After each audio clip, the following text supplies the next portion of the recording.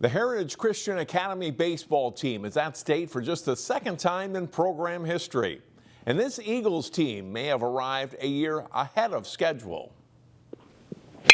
The Heritage Christian Academy baseball team knew coming into the season that they had talent. Young talent that's been around for a couple of years already.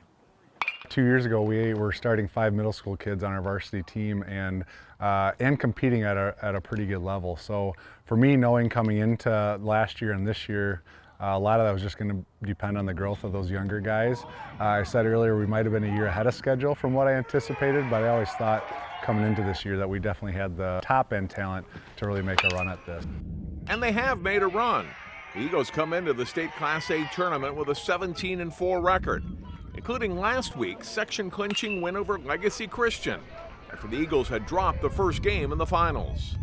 I walked in that game like, we can do this. We're gonna keep our heads up. We lost last game, keep our heads up, keep hitting the ball well, make the adjustments when needed. The team says pitching and defense has been the key to their success this spring, with the hitting coming around. Much like 6 years ago when Heritage won the state Class A title, the baseball team's success followed closely on the heels of an appearance in the state basketball tournament for the Eagles. A handful of guys playing both sports. Back in 2018, our boys basketball team made the state tournament and kind of led right into the baseball season. I'm lucky enough to be a part of the basketball team as well. And actually for this year, we finished our last state game about 10:30 a.m. Saturday morning and got on a flight at 6 p.m. Saturday night to go play baseball. So for me, that experience for a lot of our guys at state basketball kind of motivated them a lot to come into the baseball season. Like, we really want to go do that again. Austin Madler is one of just 2 seniors on the team and one of the Eagles' top pitchers.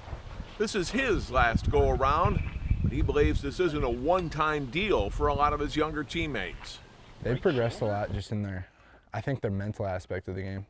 You know, they do a good job at keeping their heads up if they're not having a good game.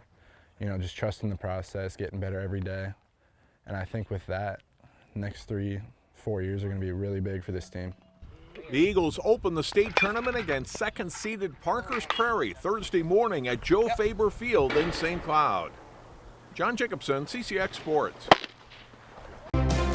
Find more prep sports games and highlights at ccxmedia.org and follow us on social media.